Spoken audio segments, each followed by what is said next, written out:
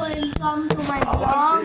আর আজকে আমি এই দুটো চমৎকারী পাথর পেয়েছি, মানে চমৎকারী বীজ, মানে গাছের চমৎকারী বীজ। এইটাই আমি শুটিং করতে চাইছিলাম। কীভাবে পেলাম আমি এটা কিছু বুঝতে পারছি না। তো আপনারা সবাই কেমন আছেন? আমি তো ভালোই আছি। কালকের শুটিংটা আমি আপলোড করতে পারিনি, তো ফ্রেন্ডস চলুন বাইরে যাওয়া যাক।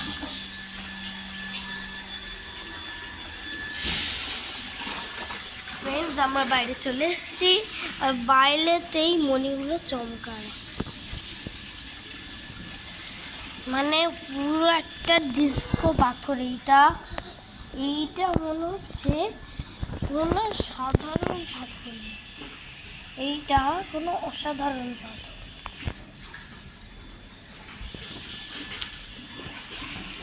না। একটা পাথর কিভাবে এত পাওয়ারফুল হতে পারে? আমাদের আর বাড়িতে এত গাছ তৈরি হয়ে গেছে, দেখুন ফ্রেন্ডস, একটা গাছের শিকড় তো নেমেই চলে আসছে। ওই দেখুন আমাদের এই গাছটা,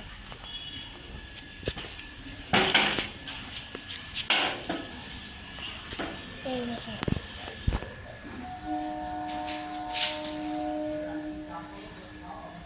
বুঝতে পারলাম ফ্রেন্ডস, আমাদের বাড়ির গাছটা মানে হেভি।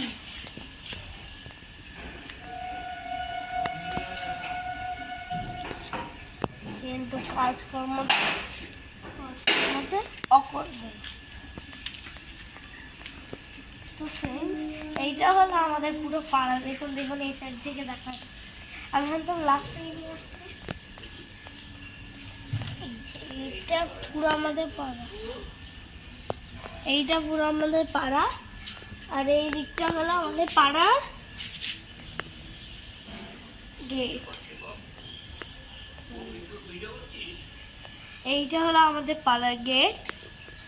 আর চলুন এখন আমরা যাচ্ছি পাড়ার গেটের বাইরে।